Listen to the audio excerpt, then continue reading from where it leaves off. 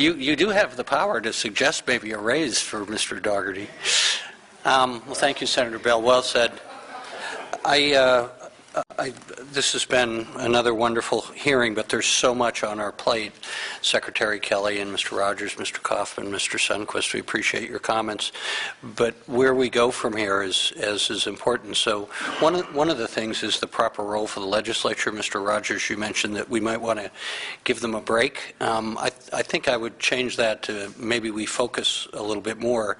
So our staff, working with your staff, Brian, we can look at those 23 reports and see if we need them all, if that's a good use of your time and our time, and maybe focus more on a partnership, because one of the things that you and I have talked about at length is this really is, to Senator Bell's comments as well, this is a bipartisan legislative administration partnership together to improve this, and the urgency to get it done, I think, should compel us to really focus on our next steps and working with Mr. Kaufman, the contractors, and our employees to do that. So maybe just a final comment before we go to public comment about how you see you working with the legislature and specifically this committee on how we can make sure that we can focus all of our efforts to making sure we're successful in the short term and the long term. I appreciate the question, Mr. Chairman.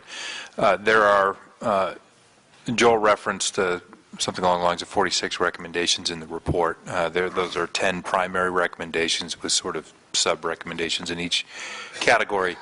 They also recommend 4 quick action items, and all 4 of those are things that we can get done, I think, in a relatively short period of time, but I want to focus on the top 2 for a minute. The first is putting together the mission, vision, and goals, and that's a conversation that I want to have collectively. I want to start with the leadership team at Caltrans, and they've already been doing some work on this during the course of the last year, and I want to work through that. And that's a conversation we need to have with you all as well.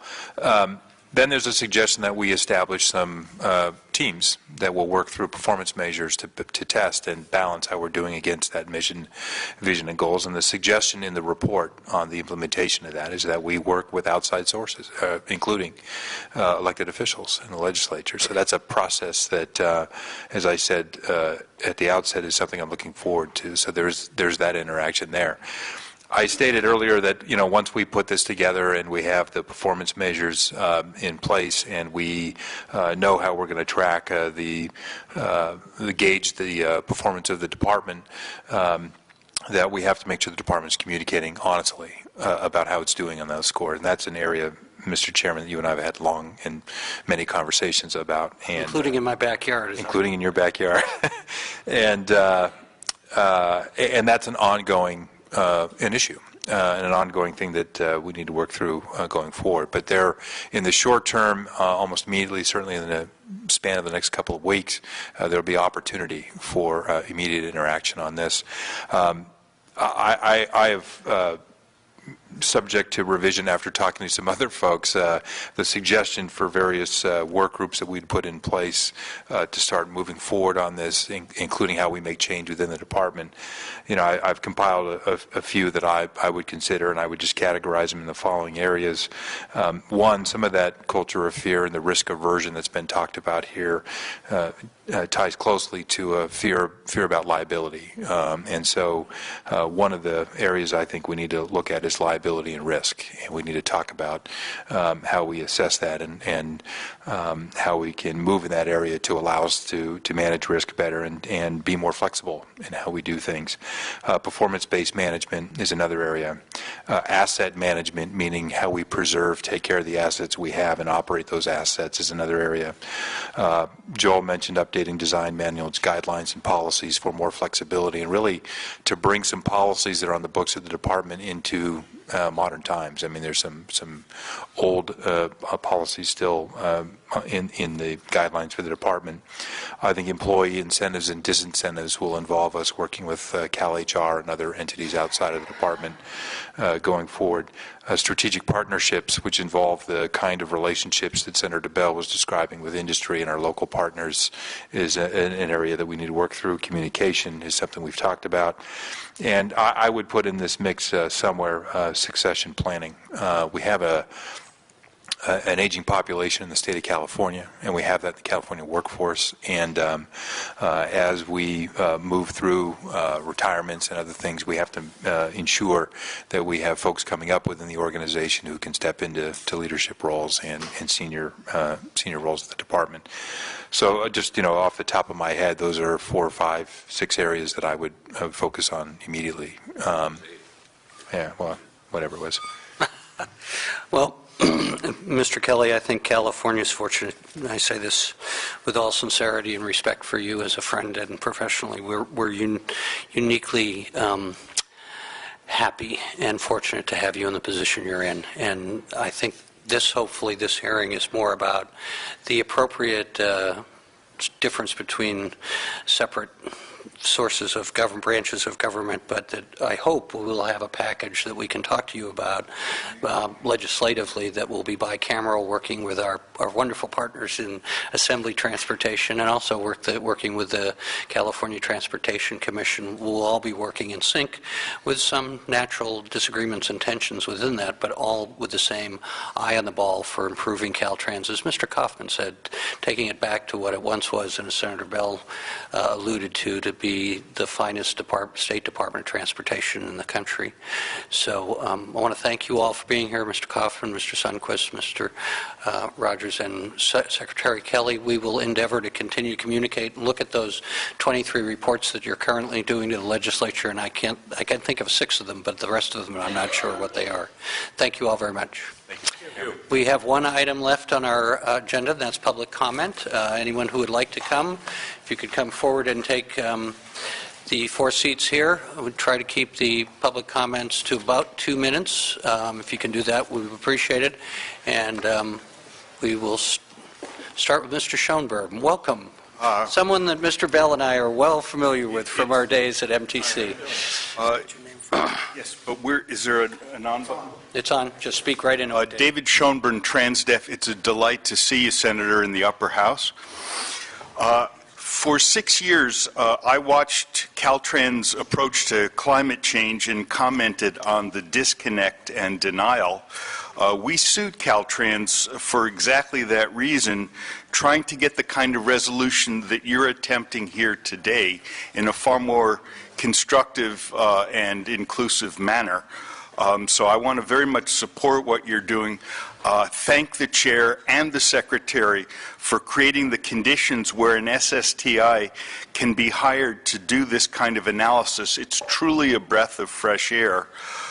They produced a stunning report, and I'd like to request that this committee give SSTI an award for exceptional honesty in government. I've got 3 legislative recommendations for you.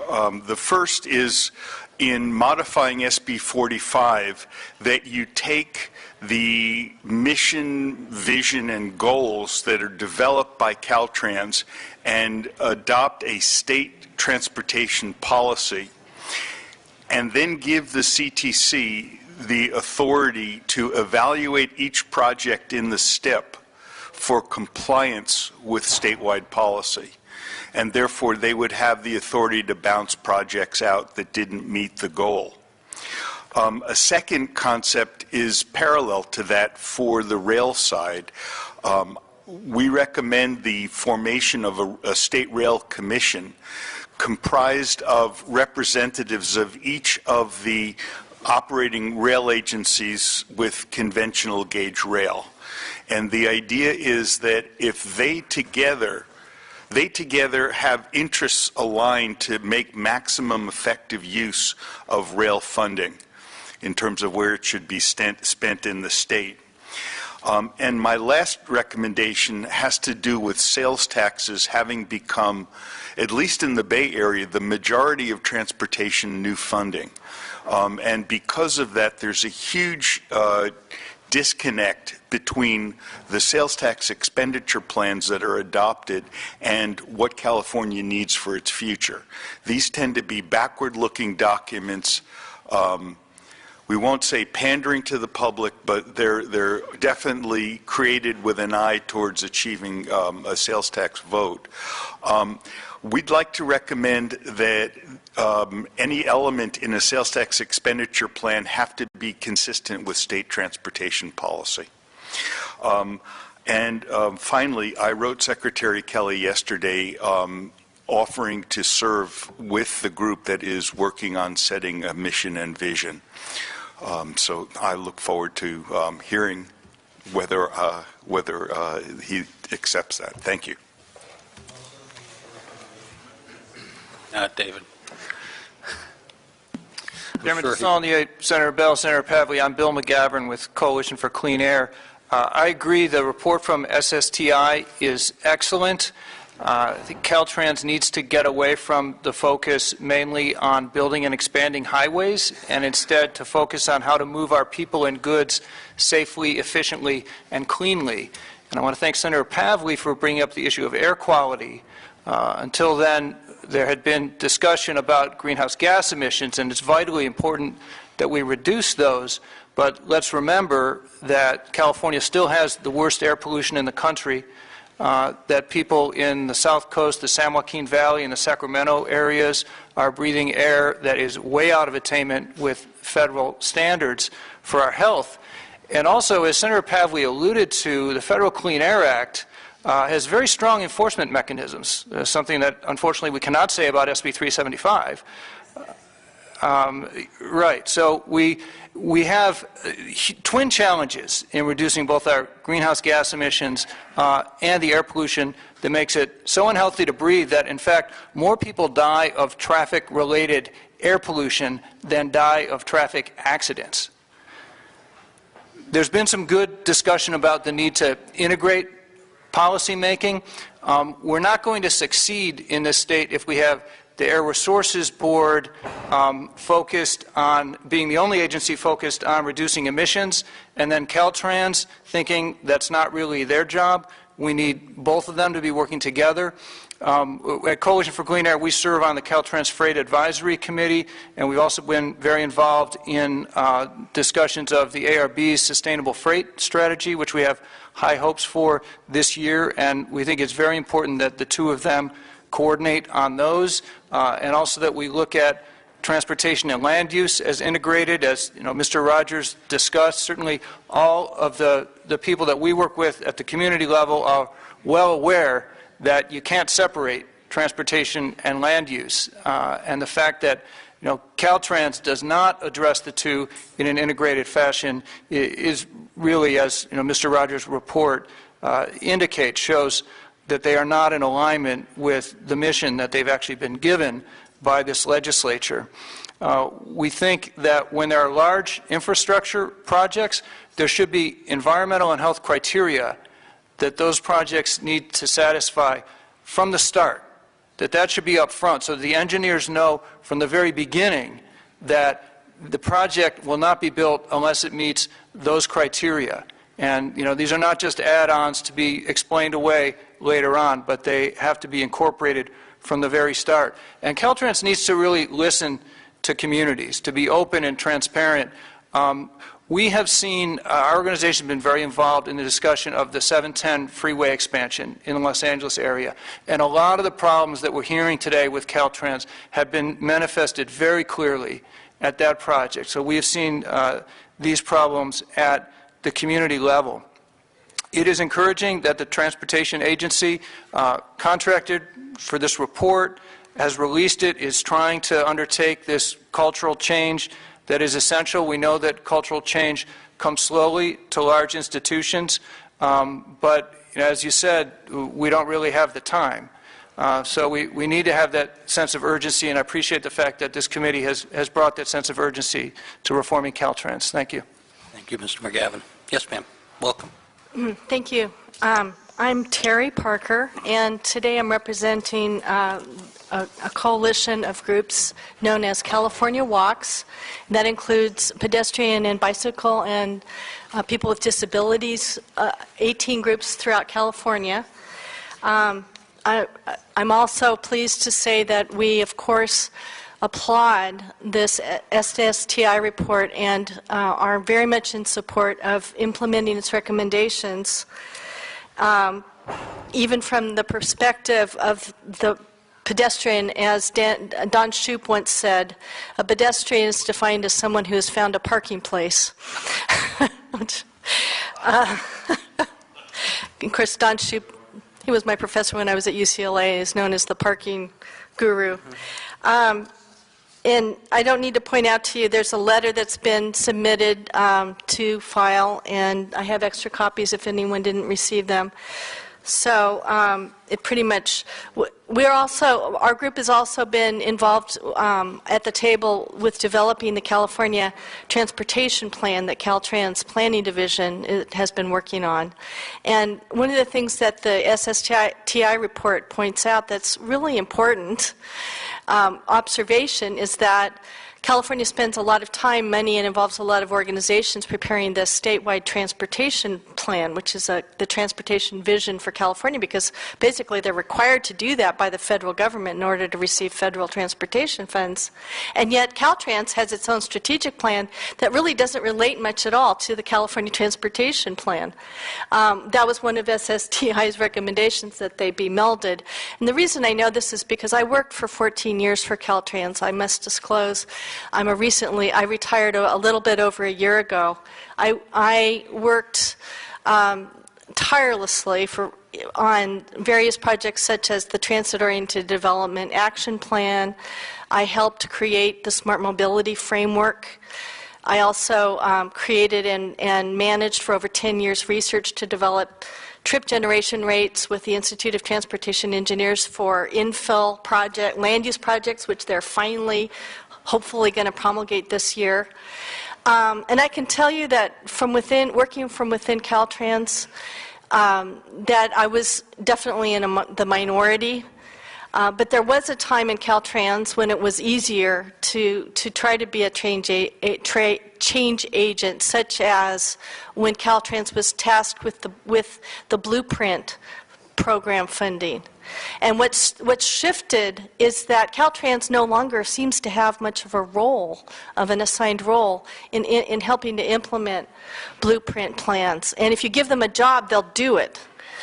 But if they don't have an assigned task and role and responsibility and funding and staff to go along with it, then that's one of the reasons they're not doing it right now.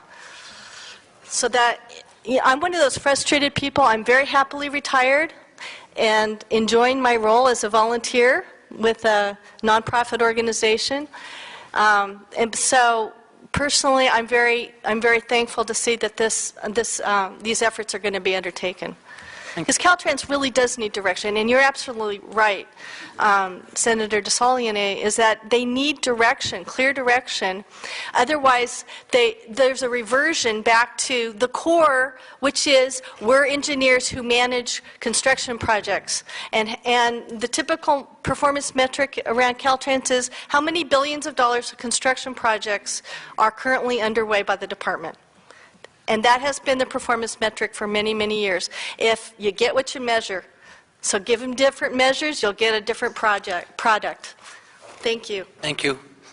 I'm glad you're enjoying your retirement. Thank you, Mr. Chairman. Keith Dunn, Executive Director of the Self-Help Counties Coalition, that made up of 20 counties that do have sales tax initiatives to go out and provide innovative transportation projects here in California. I just want to address a comment made earlier that the focus from these agencies is on the sales tax. I couldn't disagree more, and I think if you go and check in with your local communities, you'll find that the interaction that takes place at each local agency is a direct connection to what the voters would like to see and have that delivered. We work in partnership with the department. We have worked in partnership with this report. We look forward to further defining the roles of the local agencies and the state and looking how we can partner together moving forward. We need a strong Caltrans. We need an efficient Caltrans. But make no mistake, the local agencies are out there delivering innovative projects today. They're doing it on a regional basis. We look to continue to partner with not only each other, but with the state. And I thank you for this hearing and the opportunity to provide these comments. Thank you. Thank you, Keith. Hi, I'm Joshua Stark with Transform. We're an organization in the Bay Area also working statewide on sustainable land use, transportation, and housing policies. Really appreciate the hearing today, really interested in following and being active participants in further conversations and hopefully any kind of work that can lead to real reform for Caltrans. It's true. We're facing a looming crisis, both from a radically changing climate, but also from a transportation system that fails to meet the needs of Californians. Both of these crises are partially attributed to our current transportation infrastructure, and both can be partially addressed through a definitive reform of Caltrans. We appreciate the administration's efforts recently, especially at transportation reform, including hiring of talented individuals into state transportation, business, consumer affairs, and housing. And we also appreciate them contracting a third-party assessment of Caltrans and conducting the CTIP process. All of these are very important to real reforms to take place. And of course, we're really appreciative of the legislature's efforts over the years to better address climate change and recently the equity impacts resulting from our transportation and land use infrastructures. What we would really like to see moving forward is that start to take place within the funding realm. In particular, right now, Caltrans just sent in their proposed ITIP, the Interregional Transportation Improvement Project, and we've identified 4 projects that can show a higher prioritization of rail in that. Currently, they're only funding 17% of their total ITIP toward rail. There are 4 projects that we believe are ready to go that could increase that to 23% and show a short-term shift in thinking and priorities. I also wanted to echo the comments of Mr. McGavern, and we're working closely with Coalition for Clean Air and with other allies with Safe Routes to Schools on active transportation, on the climate and equity connections, and we look forward to working with you all in the future on these efforts. Thank you. Thank you. Welcome. Good afternoon. I'm Kenneth Ryan. I'm a resident of Mount Shasta, formerly of the San Francisco Bay Area. And I came down here, as you see, with a boot on because I can't drive. And I'm really basically here to say, hey, give us our bus back. Amtrak took Caltrans took the M bus off 2 years ago. We have no daytime service out of Siskiyou County, which is now the 4th largest county in California and the largest county north of the Tehachapis. And they park the buses, 3 or 4 of them every night in Redding, which does not help us at all. I asked Caltrans why they didn't take another look at alternative transportation north of Sacramento when they did their general rail plan and alternative transportation look. And they had one paragraph, I think it was on page 273 or something like that, that fundamentally said the UP didn't want it, so we're not going to look at anything further. As a representative of the rural areas and the mountain counties, we need to accept the fact that the mountain county alternatives are nil for alternative transportation. And I would like to ask this committee, I have asked anybody I can think of now for the last year, to get Caltrans to convene a serious look at the issues of the mountain counties and the rural counties north of Sacramento as a supplement to their general planning. And let us take a look at what we might do with bus alternatives and this, that, and the other that would meet the needs of your rural cities that are essentially on the borders of our neighboring counties. So then that's really my appeal. Please see what you can do to get Caltrans to think that there is more to the state than the south 2/3. And I hope we can get a proper study put together, say next year or even the fall of this year, that will bring the players in. The only way I got out of the county without driving was to take Amtrak at 12:35 this morning, which was an hour late, and come in at 5 in the morning or 6 in the morning into Sacramento because I can't drive. And that's it. That's it. So anyhow, I'm just taking advantage of the fact I was in somebody else's office and saw this going on. I'm taking advantage to talk to this committee and say, please do what you can to urge Caltrans to consider that there is a North State, even if they're Republicans. Last time I checked, you're still part of the state of California, and hopefully you will stay that way. They're still part of the state. Well, you know, that's what's going on up there. Fundamentally, those folks are sitting talking to themselves and saying, we're not getting any attention from the state. Nobody comes to talk to us. Nobody comes to listen to what our issues are, whatever they might be. Thank you, sir. And, we need to get the bureaucracy to take a more serious look at what's going on. Hey, Thank you. do what we can. Anyone else who would like to speak under public comment? Yes, sir. Welcome.